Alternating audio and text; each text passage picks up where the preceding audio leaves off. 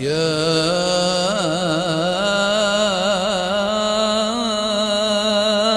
رمضان.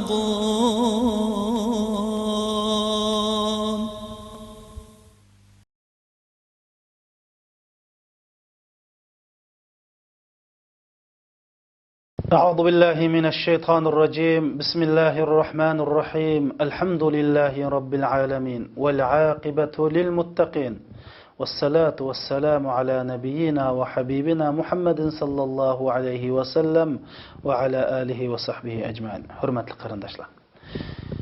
Hikmet bilen iş kılgıcı Allah subhanahu wa ta'ala bazı caylarını bazı caylardan uluk kıldı, bazı küllerini bazı küllerden uluk kıldı, bazı aylarını bazı aylardan uluk kıldı.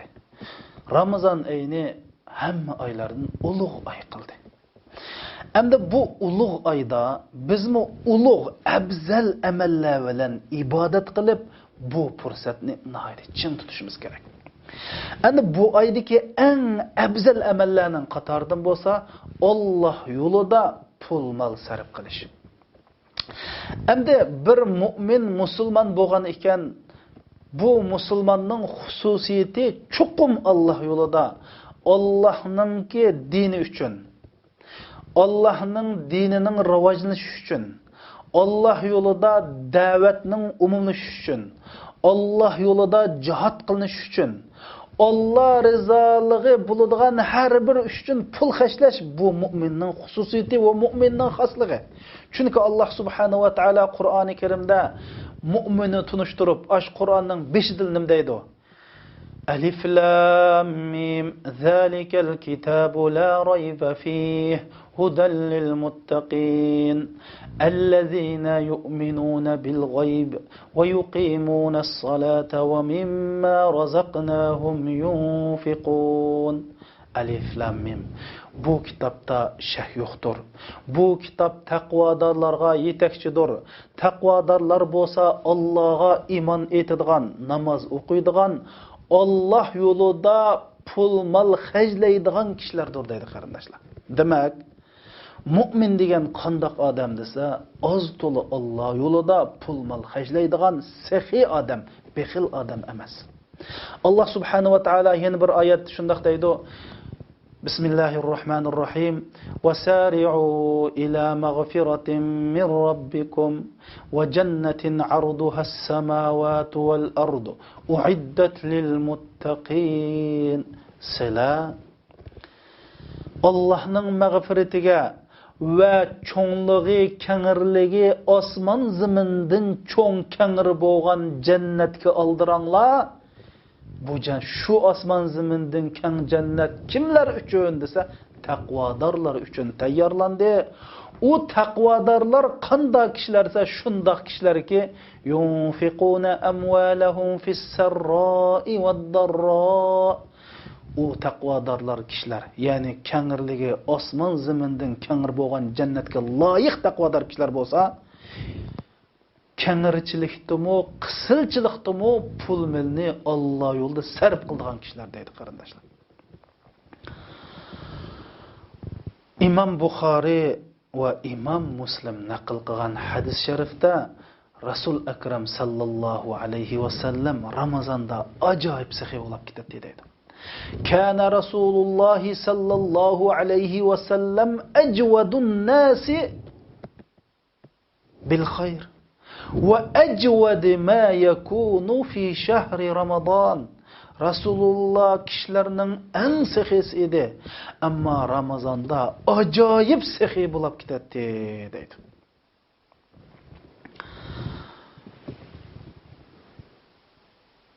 Bir günse Resul Ekrem sallallahu aleyhi ve sellem sahabeler bilen namaz okup, namazını sel aldırap okudu. Ondan keyin namazda mescidden sug'urlibla aldırap chiqib ketdi. Endi normal odatda Rasululloh bunda ishni qilmaydi. Namoz o'qib, aldırmaydi, zikr tasbihlarni aytib, ayollar chiqib bo'lgandan keyin ondaki masjid chiqadi. Am shunda Rasululloh ma'lum vaqtdan keyin qaytib keldi. Chunki sahobalar bundaq ahvolda sal tingirqab qoladi. Kelib Rasululloh sahobalarning chiroyidagi savol belgilarini ko'rib,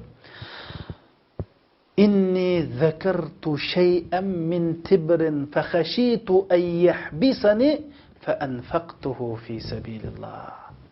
Men namaz o'qiyotib, mosh uyda qilib qolgan azroq bir oltinning parchasi men esim kelib qoldi.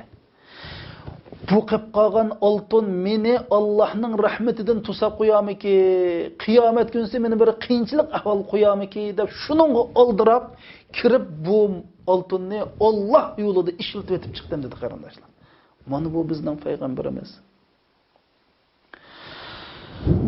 Allah subhanahu wa ta'ala Qur'oni Karimda nurg'un oyatlarda, Rasul akram sallallohu alayhi vasallam nurg'un hadislarda bizni pul mal bilan Allohga yaqinchilik qilishimizga, Alloh rizoligi uchun pul mal xashlashga da'vat qilgan.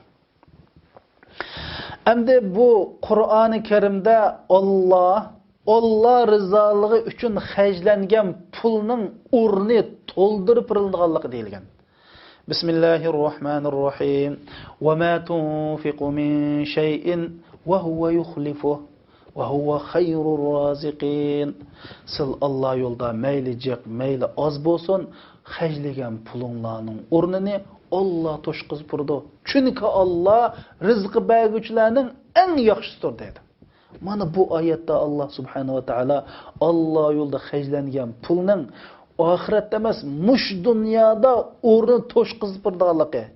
Uning bedeliga Alloh chuqum shu mol dunyoni birdiganligini desa, Rasul akram sallallohu alayhi va sallam hadis sharifda qasam qilib turib, "Vallohi vallazi nafsu Muhammadin biyadi ma naqasa malun min sadaqa."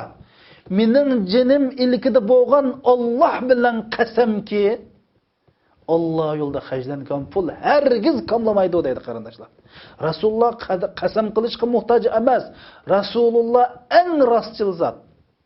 Lekin sizlar bizni xotirjam qilish uchun, Alloh yo'lda xotirjam pul xajlash uchun bizni targ'ib qilib mushunday da'vat qildi. Bir kunsi Rasulullohning uyida bir qo'y o'ltirildi. Rasululloh bu qo'yning go'shtlarini qo'shni xo'lim, faqir miskinlarga taqib berishni buyurdi. Ondan keyin bu qo'ydim bizga bir narsa qoldimi debdi. Putidan boshqa hech narsa qolmadi debdi. Bizga putidan boshqa hamma narsa qilib qapti dedi qarindoshlar. Bir kunsi Hasan al-Basri rahmatulloh alayhining uyini bir odam chekdi, eshigini chekdi.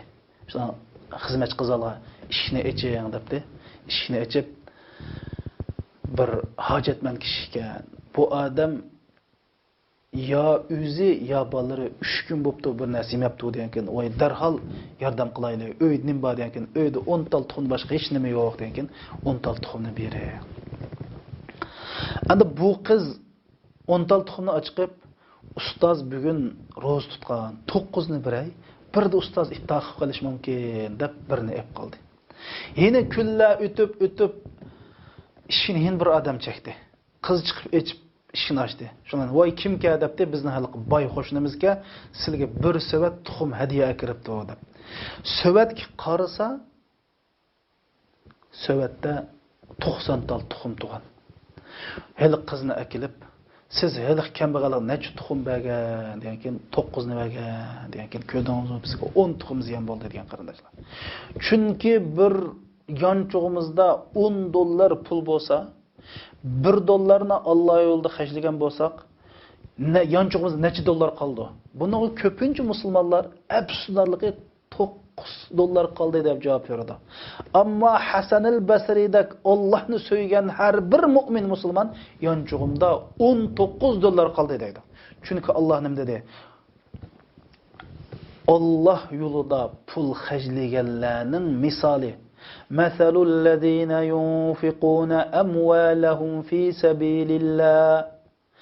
Allah yo'lida pul xajlaganlarning misoliga kelsak, ularning xajlagan puli bir donga o'xshaydi. Bu don 7 boshaqda bo'ladi. Har bir boshaqda 100 taldan donva deydi. Yani Allah subhanahu wa ta'ala bu oyatda Allah yo'lda bir koy xashligan odamga 700 ajr berdiganligi. Vallohu yudaifu liman yasha. Taq uningdimi hassilab ovutib berdiganligini degan. Mana bu Allah subhanahu wa ta'ala Allah yo'lda pul xashlaganlarga o'rnini to'ldirib berman dedi. Qiyomat kunisi osmon zimirdan kengir jannatni berman dedi. Onun lekin pul xashlagan adam taqvodorlarning qatoridan, haqiqiy mu'minlarning qatoridan o'rin olganligini bayon qildi. Ammo Alloh yo'lida pul xashlamaslik bo'lsa, bir munofiqlikning alomati ekanligini bayon qilib, Qur'oni Karimda shunday dedi. Innal munafiqina wal munafiqat ba'duhum min ba'd ya'muruna bil munkari wa ya'muruna bil munkari wa إن المنافقين والمنافقات بعضهم من بعض يأمرون بالمنكر وينهون عن المعروف ويقبضون أيديهم نسوا الله فنسيهم إن المنافقين هم الفاسقون المنافقlar ayol munofiqlar bir-biriga o'xshaydi bu dedi. Ya'ni Allohning diniga ziyonkashlik qilishda bu bir-biriga o'xshaydi. Ular yomon ishga buriydi, yaxshi ishdan tusidi, Alloh yo'lida pul xajlashdan qo'llarini yig'ib oladi, ya'ni baxillik qiladi. Chunki ular Allohni unutgan, Allohni ularni unutgan, ular o'zi munofiqlardir, ular fasiqlardir dedi qarindoshlar. Alloh yo'lida pul xajlamaslikni munofiqlikning alomati qildi bu yerda. Her bir mümin, Müslüman Ramazan'da emas, başka vaqtlardami chuqum mal-mulkining ma'lum qismini. Voy kambag'al bo'lsangmi, o'zingga tushliq. Sahobalar qo'mining bir necha qo'min sadaqat qilgan qarindoshlar. Alloh yo'lida pul xashlashimiz kerak. Abu Bakr radhiyallohu anhu shunday deydi: "Ey Allohning payg'ambari, biz sizlarga Alloh yo'lida ishlaslar deb bergan mol-mulklarimiz uyimizde bağ boğan mal mülktün sümlüktür ya Resulullah deb aytgan qarindoshlar. Allah yo'lda xajlangan pul Rabb Taalaning g'azabini yo'qotadi qarindoshlar. Ya'ni Rabbin men g'azablanganmidi desanglar darhol pul mol sadaqat qilinglar. Chunki sadaqatni sir yutfi'u g'adabur Rabb degan payg'ambar sollallohu alayhi vasallam. Xolis yushurun berilgan sadaqat Allah'ın g'azabini yo'q qiladi degan. Gunohimiz yuyulsun, Allah'ın oldida nama amal daftarlarimiz pokiz bo'lsin deb pul xashlashimiz kerak. Inna sadaqata tutfi'ul xati'a kama yutfi'ul ma'un nar. Sadaqat deydi, suv o'tni o'chirganda gunohlarni o'chirib yutadi deydi qarindoshlar. Yine bir hadis sharifda qiyomat kunisi Allah'ın arşinin sayesinden urun aldığan kişiler Allah yolda pul xashlagan kişiler deyilgan. Çünkü Peygamber Aleyhisselam hadis-i şerifte kıyamet günüsü mahşerga meydanında insanlar özünün Allah'ın yolda xashlagan pulunun sayesi buldu diyen. Demek her bir mümin Müslüman şu Ramazan'da az bolsun, cık bolsun kuldan kelişçe Allah rızalığı için, dini maarif için, dini davet için, ta'lim tarbiya için, Allah yolda cihat qılayotganlar için Allah yolda pul xashlashimiz kerak. Assalomu alaykum va rahmatullohi va barakatuh.